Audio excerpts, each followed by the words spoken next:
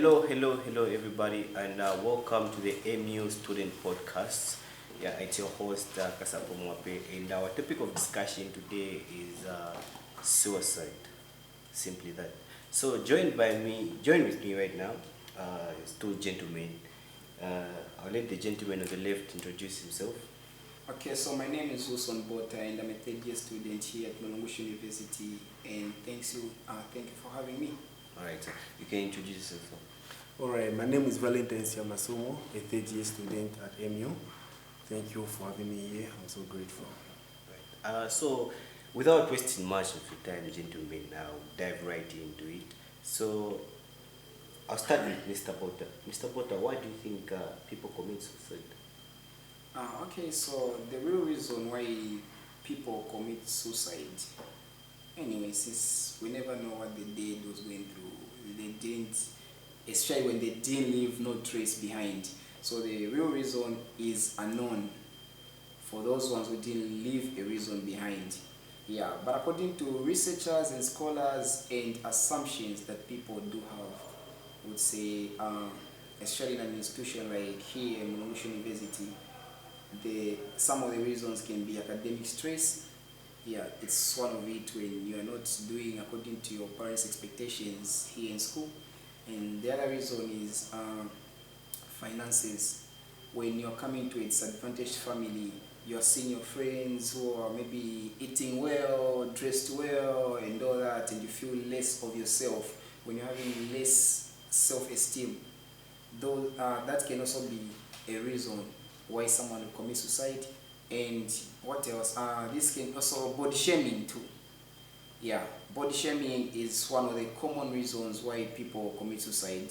You reach a breaking point. Maybe you can have some tolerance levels until you reach a breaking point to be like, okay, why am I like this, and why is everything pointing at me?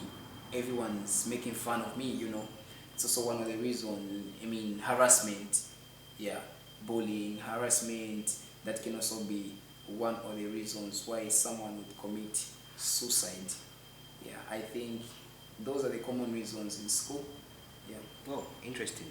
Yeah. So, Mr. Valentine, I've got a question for you, sir. So, why do you think it's very hard for especially men to seek help before committing suicide?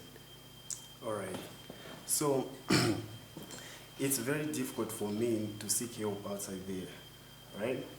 Because coming from the Zambian community, we are all, as men, we are expected to be strong. We are expected to handle everything from inside and just show a tough face outside, right? For example, you find that most men have got these big traumas that they come with from home. But when they come here, you are expected to smile and be okay, right? You find that the people that you're supposed to open up to are the people who actually make fun of you when you tell them that you're going through something. And most men lack education on the negative impact of death, of self-caused death, right? Yeah. You find that here you are going through something, right, as a man. Quite all right, the Zambian community, it's not supposed to be like that in the first place, but that's what it is. The Zambian community expects you to be tough. In our common language, they say, Mwamuna Samalila. When actually it's not supposed to be like that, you're supposed to cry to someone, pour out your heart to someone, right?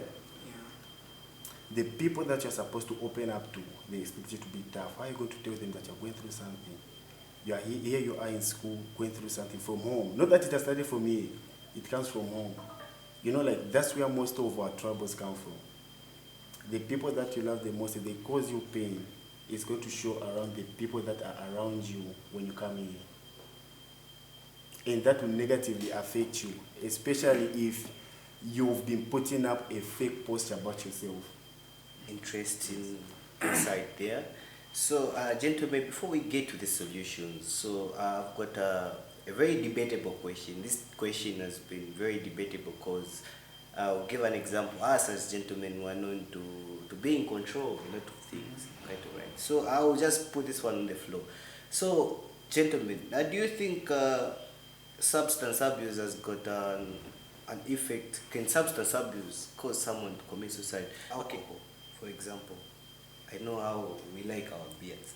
So yeah, so can one who is for example, who takes alcohol, can alcohol lead to someone to commit suicide? I'll put it on the okay. I'll start with Mr. Butterhill. Okay, so people take alcohol for different reasons. Some they do take alcohol for fun. Some they take alcohol, they consider it to be a stress reliever, and for various reasons. Some people it's just peer pressure, you know. Yeah. So like you say, like this is so debatable. So it depends with why you are taking that alcohol. Yeah. So if I'm taking alcohol for peer pressure, you know, as when you are drunk, tipsy or anything, wasted, you don't get to know what you're actually doing. You're not in your right senses. You don't get to make right decisions or decisions that actually wise and better for you. You know, like you don't put yourself first. Like your well-being, it doesn't come first. So it's, yeah, I can agree to say it's one of the reasons why people actually can end up committing suicide, like drug abuse, like for example, like you mentioned, alcohol. Find like you take alcohol and then you're not in your right senses. Maybe you had stress and traumas the previous day, or maybe you're going through something and then you're resorting to alcohol to relieve your stresses. Yeah. Do you agree to his view, or you've got something to say about it as well? Alright, so I do agree with his view, but from a different perspective, right? So I would say alcohol can be the cause of suicide, but it comes from a place, like he said in the first statement that he gave, expectations from parents. Sometimes as students, you find that parents expect too much from us. And here you are in school. Back home, you never used to drink, right? You never used to do drugs. You never used to smoke home. You come to school, you're smoking now. You are drinking, right? And your parents, you are the only person they expect a lot of things from you. They expect you to graduate with a degree. They expect you to move them out of the streets, right? Here you are, you've been influenced by your friends. You've started drinking. You've started smoking, abusing drugs. You are getting wasted. And the stress starts to get to your head, right? When you are sober, you think about it. I'm going in the wrong direction. You look at your grades, they are falling down. What do you think is going to happen? You will be devastated. The next thing that you want to do is take more of the drug because it makes you feel better and it makes you forget all your troubles for a little while. When in the actual sense, that's the wrong thing. That's the wrong approach to take, right? So after you do all these drugs, you do all this, when you come back to normal, the pressure is still there. At the end of the day, what do you resort to? Your friends that you're supposed to talk to, they're also doing the same things. You can't face the administration or the academics for such issues because you feel like you are too gangster for that. At the end of the day, you resort to suicide. Okay, sorry for cutting you short. Do you think, like you mentioned, like, do you think the administration doesn't give us that much space for us to go talk to them? They don't give us that. They don't give us that vibe to reach out to them and actually talk about these things. Do you think they do enough in terms of sensitization, especially when it comes to us men? Do they give us that platform whereby that we can talk to them? Can we trust them? Can we trust them? Yes. Okay, I would say the administration has that platform, the counseling platform for students. But in some way, I feel like they don't really put it out there, right? Because I'll be honest with you, from the time I've been here for 3 years, but from the time I came here, I've never seen a place where they are encouraging students to go there for counseling or for any other help, right? But this doesn't mean that it's not there. It is there, and I don't know who is responsible for putting out the information that students can go out there and talk to them. Students with challenges, with troubles, that they can go out to them and reach out, right? But I feel that us as a university, we have trained professionals who can actually encourage us, guide us through, and help us get over whatever we are going through. That's what I can say. Okay, so mix.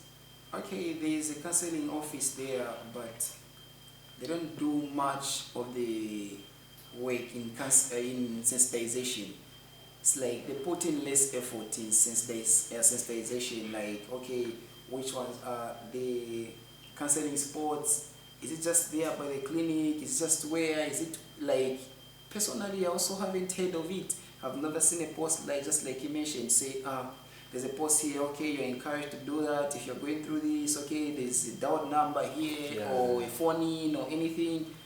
Like, there's no that. So if students, they have nowhere to run to. They feel like if they go there, it's like they don't know which office to go to. There's an office for courses, carry courses, maybe the accounts, for what. But for the counseling office, they don't do much of sensitization. And students, they have less or no knowledge at all about it. Yeah. Okay, quite interesting. So, gentlemen, I want to get your view on how they can improve. How can the counseling department improve in terms of, like you mentioned, sensitization? Yes. Okay, so I think one of the fastest and best ways, orientation, student orientation. Yeah, I think they need to take part in that. Okay, just to cut you short, don't you think because every academic year before the academic year starts, we always have orientation and the counseling department actually come through and explain these things. So I want you to give me an insight, like how can they best sensitize students even after orientation? Even after orientation. Yes. I think what the school can do about it, since orientation isn't enough only. Yeah. Not everyone understands or listens because it's mostly crowded, so not everyone gets to hear everything that they get to say. And maybe the stress is not just there and then. The stress is when semester has begun, when you're right into it, when the talks of the semester has started. So I think they don't have to do less or just depend or rely on the orientation only. They can put out posters of numbers somewhere, or after just the first case of suicide, they were supposed to do something. Maybe they do a press release or anything, or just a press statement to urge the students to stay calm and all that. Okay, whatever you're going through, you can reach out to this and that, just like that. You don't have to act after an incident has occurred. I think it's best to have a pre-preparation. Yeah, a pre-preparation before anything else, before it gets worse. But it's like they only get to act after the incidents had occurred, when the worst has already happened. That's the thing. So Okay, interesting. So, if I recall very well, I think when we just started, I heard Mr. Porter mentioned something about finances as being one of the reasons that contribute to suicide. So, how can economic hardship influence suicide in university? Someone is just being in a bad mood openly. Those are signs that your friend is going through something. Your friend is going through a hardship. Because why would you answer me rudely when I'm being polite to you? Why would you stop doing your duties all of a sudden? Right? It's these small things that lead to bigger unfortunate circumstances. Most people tend to avoid small issues. I'll give an example. There was this other day. It's an example, but it did happen, right? I'll use it. So I was joking with my friends. I just said, guys, today I feel like killing myself. I was about to arrive to that one. Like, how do you take people who jokingly talking about committing suicide on a regular? Yeah. So it's good that you didn't throw it to me, right? Yes. So not that I was going to do it, but that was just me talking to my friends, trying to put up a conversation. So one of my friends was like, you can't kill yourself. The other one just started laughing, and he was like, no, if you want to die soon so that we can have a good meal at your funeral. You know, most people give out statements in a joking way when they actually mean it. Yeah. When something happens, there will be the same people to say, this guy was even joking about this. He said this, we thought he was laughing. It was just a joke. We thought it was a joke. He was with me yesterday. I was with him in the morning. You feel me? But I feel we should look beyond that. We should look beyond that. Sometimes just get your friend besides, you get, by the side. Are you going through something? Ask them. I know we are always joking with friends, but it's high time, especially that such issues have surfaced recently. It's very important to have a solid conversation with your mates. Have a solid conversation with your mates. Yes. Okay, interesting. There you have it, ladies and gentlemen. Hope you're enjoying the show. So we'll quickly look at the solutions. So, like, I'll start with Mr. Bota. Mr. Bota, according to the analysis you've given to the factors that contribute to suicide, what do you think are the solution? Please briefly explain to me because we don't have much time. Okay, so I think the best solution, like you say, is opening up. Let's talk about it. And you're not alone. There's someone out there who's going to support you and who's very much willing to hear your cries. Yeah. So, in as much as you can be in a circle of 5 friends, and then you feel like if I talk about this, they'll make a joke out of it if I open up. There's always that one person that you're going to identify that always gives you an ear to say, okay, here you have it. My ears are all yours. I'm listening. Open up and talk to them. And I think the other thing that the academics can do is enhancement of awareness. Yeah, enhancement of awareness. That's on the part of the academics and the school, in short. But on the part of the victim, is just opening up, going there freely. Okay, I'm looking. Okay, if you don't know where the offices are, visit any office and then ask for directions. If I want consultation, maybe on counseling, what, where am I supposed to go? Where do I get this help? They'll direct you proudly, and someone who's a profession can talk to you in a right way. And yeah, I think those are the fastest way, just to be brief. Interesting. Mr. Valentin, according to your analysis, sir. All right. So, to add on to what my brother said, I would say we owe each other a duty of care. We owe each other a very, very big duty of care. Right? Yes. It's very important to know how your friend is doing, to check up on your friends. Before you can even go out there, before you can even talk to your distant friends, before you can even make that phone call, check up on the people that are closer to you. Because how did it look? Your roommate does this act, they commit suicide, and you, the roommate, don't even have any idea what your friend was going through. But you guys were being fun together in the same room. So we owe each other a duty of care. Let's take care of one another. Check up on your friend. If you get into an argument with a friend, find some time to resolve issues, to talk about it, right? Some people are very emotional out there. Some people can't take care of their emotions. So it's very important to take care of them and put their emotions in place. That's what I would say. All right, there you have it, ladies and gentlemen. And please, please, please, you matter, your life matters. And please make sure if you're going through anything at all, feel free to talk to someone. Or only heartbreak. Only heartbreak, especially heartbreaks, you guys who love love. There you have it. No more suicide. We say no to suicide. Otherwise, it was a pleasure having you, gentlemen. Thank you very much. Thank you for having me. Thank you for having me, sir. Okay, so for now, it's a goodbye. Have a blessed day.